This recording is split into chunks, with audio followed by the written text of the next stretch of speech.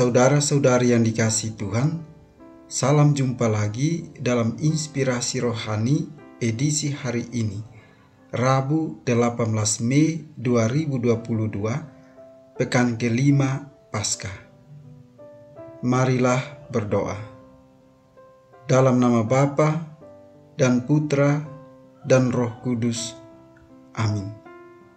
Saudara-saudari yang dikasihi Tuhan, inspirasi rohani hari ini diambil dari Injil Yohanes bab 5 ayat 1 sampai dengan 8. Dalam amanat perpisahannya, Yesus berkata kepada murid-muridnya, "Akulah pokok anggur yang benar, dan Bapakkulah pengusahanya. Setiap ranting padaku yang tidak berbuah, dipotongnya, dan setiap ranting yang berbuah, dibersihkannya, supaya ia lebih banyak berbuah. Kamu memang sudah bersih karena firman yang telah kukatakan kepadamu. Tinggallah di dalam aku, dan aku di dalam kamu.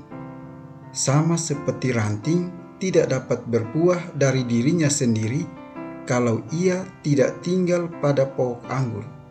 Demikian juga kamu tidak berbuah jikalau kamu tidak tinggal di dalam aku. Akulah pokok anggur dan kamulah ranting-rantingnya. Barang siapa tinggal di dalam aku dan aku di dalam dia, ia berbuah banyak. Sebab di luar aku, kamu tidak dapat berbuat apa-apa.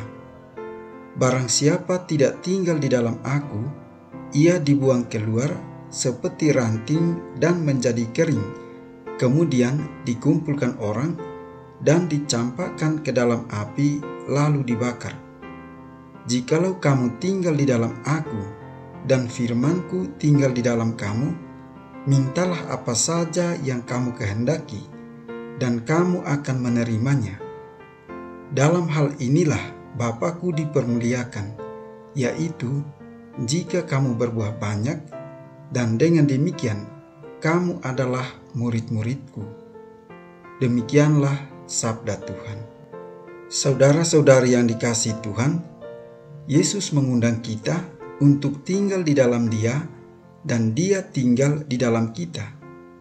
Tinggallah di dalam aku dan aku dalam kamu. Bila kita tinggal dalam Yesus, maka kita akan menghasilkan buah yang melimpah. Luar biasa ajakan Yesus ini. Ia menggambarkan dirinya sebagai pokok anggur dan kita ini ranting-rantingnya. Ranting memang tidak bisa berbuah jika terlepas dari pokoknya. Namun pokok anggur hanya akan menghasilkan buah melalui ranting-rantingnya dan bukan pada pokoknya sendiri. Inilah yang luar biasa. Yesus membiarkan kita mengalami buah yang berlimpah melalui diri kita yang lemah, rapuh, ringkih, dan berdosa ini. Saudara-saudari yang dikasihi Tuhan, Yesus juga menegaskan bahwa bila kita tinggal di dalam Dia dan Dia tinggal di dalam kita, apapun yang kita minta kepada Bapa pasti akan diberikan dan dikabulkan kepada kita. Kunci utamanya adalah iman dan harapan. Dengan iman dan harapan yang kita bangun dalam diri Yesus sendiri, maka Allah akan menghasilkan buah berlimpah melalui diri dan hidup kita.